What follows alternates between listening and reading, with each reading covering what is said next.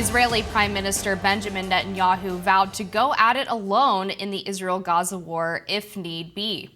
In a statement following President Biden's threat to withhold weapons, he said, quote, "If we need to, we will fight with our fingernails, but we have much more than our fingernails." This is per the Associated Press. Biden's Wednesday remarks to cut off the arms supply is the first attempt he's tried to rein in the U.S. ally. The Hill's White House columnist Niall Stanage pressed State Department spokesman Matt Miller yesterday on the president's delayed response. Let's take a look. I get there are very fair questions about how Israel has conducted this war, and I stand here and answer them, and the Israeli government answers them too. But it is also true that a lot of the harm to civilians is because of the way Hamas decided to embed itself in the civilian population in the first place. That in no way changes the burden on the government of Israel. But respectfully, Matt, I mean, they're dead because the armed forces of Israel killed them. Going after Hamas fighters who are hiding behind civilians. That has been true since day one. It remains true today. Niall, that was a heck of a question. What do you make of his response there? You know, I mean, he's entitled to give whatever response he likes. What I was trying to, I guess, highlight or draw attention to was this idea that Israel is somehow given carte blanche to do whatever it likes because of the attacks, which were admittedly completely heinous, grotesque attacks on October 7th. But that does not, in my view, but also more importantly in the view of lots of people who understand international humanitarian law better than I do, it doesn't give Israel the right to just do whatever it likes and kill tens of thousands of people in response. We also know that the Biden administration is set to release a report this week on whether or not Israel did violate international law at some point during this war. Do we have an indication of what the findings of that report are going to look like? They already, I believe, have delayed it. It was supposed to come out initially on Wednesday. So do we expect to see that today, and what might it say? There has been some reporting that we will see it today. Obviously, going into the weekend is often a time to put out politically difficult news, I would say. The suggestion, and this is based on reporting from Axios, is that it will be quite critical of Israel, but will stop short of saying it has violated international law. The backstory to this, briefly, is that there has been reporting previously from Reuters and other organisations that at least 4 bureaus of the State Department had held that Israel was in violation of international law, but obviously that had been pushed back upon by other people within the State Department. And now there's been a significant amount of dollars and weapons sent to Israel already. I mean, do they need more? Do they have enough to fight this war for a very long time? Netanyahu's saying we'll fight it with our fingernails if we have to, but we have more than just that. We haven't seen this administration leverage their power as an ally of Israel and the amount of money they're handing over to Israel to sort of get them in more compliance with international and human rights law.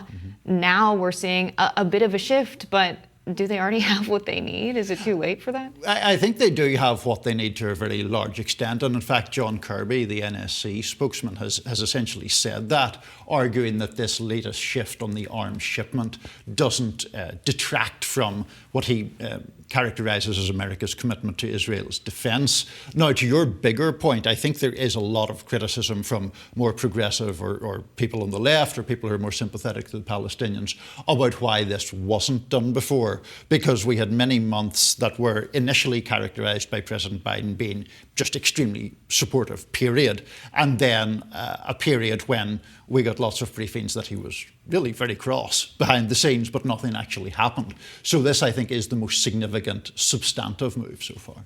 You've mentioned sort of the political gamesmanship involved in all of this, as Biden has perhaps been shifting his policy in response to the rise of uncommitted voters, of the progressive wing of the Democratic Party expressing more pro-Palestinian sentiment. He now risks losing more centrist members of his party. Jackie Rosen, Richard Blumenthal, Jared Golden, and some other key Biden allies have now spoken out against the idea of the U.S. withholding weaponry during the Rafah invasion. So how is the president going to square these two very opposing factions within the Democratic Party? With great difficulty, I think. And one of the problems politically with this conflict is that, you know, different people have very different views of the morality of the conflict and view it in moral terms. politically or electorally, it is legitimately difficult for President Biden or any other Democrat for that matter, because on one hand you have progressives and young voters who are much more sympathetic to the Palestinians, but you do have pro-Israel members of the Democratic Party. The Jewish community in this country has traditionally voted mostly for Democrats. That is not to suggest all Jewish people are supportive of Netanyahu's government. They clearly are not. But the political or electoral calculus here is very complicated. So we just had this recent bill passed with aid to Israel, Ukraine, and a ban on TikTok if they don't get compliant within a year. It's interesting to me that the main argument around TikTok, although behind the scenes we heard, the Anti-Defamation League saying things like we have a TikTok problem, there's so much Palestinian sentiment on the app. But they said it's all about Chinese intervention. Yet we have AIPAC, which is explicitly this pro-Israel lobbying, firm. They're giving tons of money to members of Congress. Do you think there's going to be ever a shift where we see that as a foreign influence in American politics? The AIPAC influence as a foreign influence. Right. I think there's a lot more criticism of AIPAC than there used to be, and I think AIPAC has aligned itself much more so with not only the Republican Party, but hawkish elements within the Republican Party to a greater extent than was previously the case. Mm-hmm. Now, do people push back? Does the idea of that as foreign influence become a mainstream belief rather than a progressive belief? I think at a minimum that would take some time. But you do have groups on the left there's been a group set up just a month or two ago, which I wrote a story about at the time, specifically intending to counter the power of AIPAC, particularly in Democratic primaries, where affiliated groups have been targeting Democrats who are more likely to be critical of Israel. Mm-hmm. In other Biden-related news, in an interview this week, the president was adamant that the economy has bounced back and is in good shape. Let's listen to that. Since you took office, economic growth last week far short of expectations. Consumer confidence, maybe no surprise, is near a 2-year low. With less than 6 months to go to Election Day, are you worried that you're running out of time to turn that around? We've already turned it around. Look at the Michigan survey. For 65% of American people think they're in good shape economically. They think the nation's not in good shape, but they're personally in good shape. In the 18-minute interview, the president also said that the U.S. has the strongest economy in the world and declared all the negative polls about him and the economy are wrong. How exactly is this sort of attitude towards consumer sentiment helping the president by any measure, even if he's right that the economy is recovering? It's doing it rather slowly, and clearly people aren't feeling that in their everyday life. Yeah, and I think the problem here is that it appears as if, in a sense, he's telling voters what to feel or telling voters not to think what they do actually think. And that there's always going to be a pushback to that, because it appears that you're lecturing people about the reality of their own lives. The economy continues to be a drag on President Biden's re-election hopes. I don't think there's any doubt about that.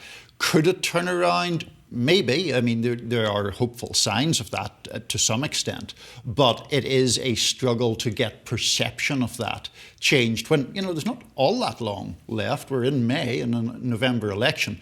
People's perception of the economy tends to settle well before Election Day. I mean, surely they know with the metrics that we have, macroeconomically, things look good. If we're looking at GDP, we're seeing, the economy's growth, recovery from COVID. But also, a lot of that money represented in that GDP figure is going to the top. Mm-hmm. We saw price increases largely go to corporate profits rather than input costs that are non-labor or labor in the form of wages and salary. Mm-hmm. And so when we really break it down, yeah, GDP is very high, but if we get really real about what people are experiencing, that money's not going to average working people. Do you think there's going to be an adjustment in metrics in how they're assessing a good economy? Well, I think the point that you make is a really, really important one, because it doesn't matter to somebody if they're struggling to make ends meet themselves.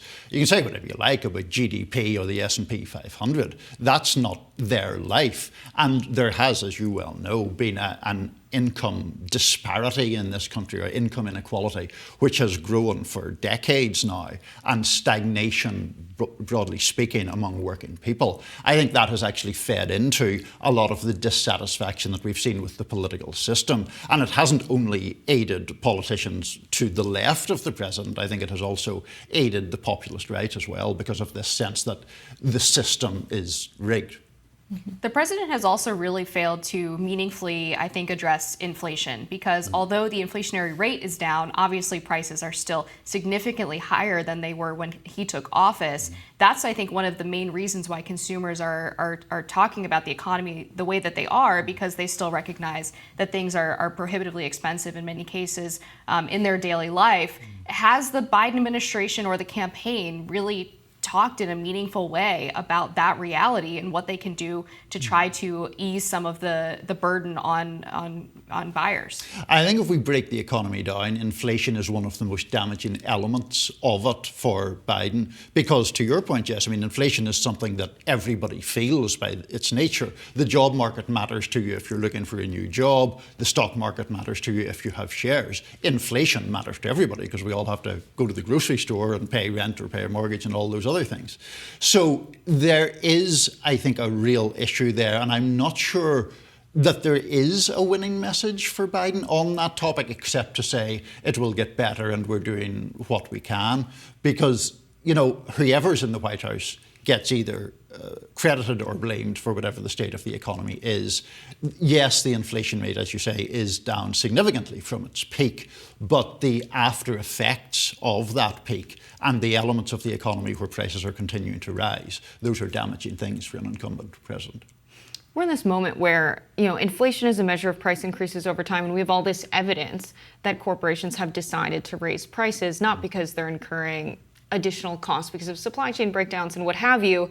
And at first there was this skepticism around that reality until the data came in, and then the administration was like, yes, see, it's the corporations that are the problem. They have had more of a busy antitrust division of this administration than we've seen in the past. But nevertheless, we still have Jerome Powell as the chair of the Federal Reserve raising interest rates time and again, which many economists are pointing to contributing to inflation, wanting more people to be unemployed to address supply chain constraints and a decision to raise prices. We don't have a demand problem here. So raising interest rates in this way, even by the Fed's assumption of how this all works, it's not going to do anything to address this inflation problem.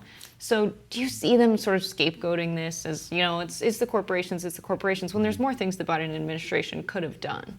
There are more things that they could have done, although they tend to, in a sense, take refuge in the argument about the independence of the Fed and all of that. The argument you're making is a more macro argument about the way the economy is managed, and should you basically, in order to curb inflation, should you also essentially crimp wage growth or put people out of work? And, I think that you have a case to make there for sure on where the priorities should be and whether they're in the right place.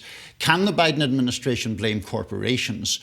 Maybe. I think that there is a genuine feeling among many, many people that corporations have been opportunistic as regards inflation and have kept prices elevated after inflation has ebbed. We all know this in our own lives. My daughter was complaining to me the other day about the price of a burrito in a well-known Mexican fast food outlet. That has gone up, that has gone up. And is that really because of inflation, or is that because restaurants and other suppliers, want to maximize their profits? All right, Niall, thank you so much for joining us today. We're going to take a break, be back with more Rising after this.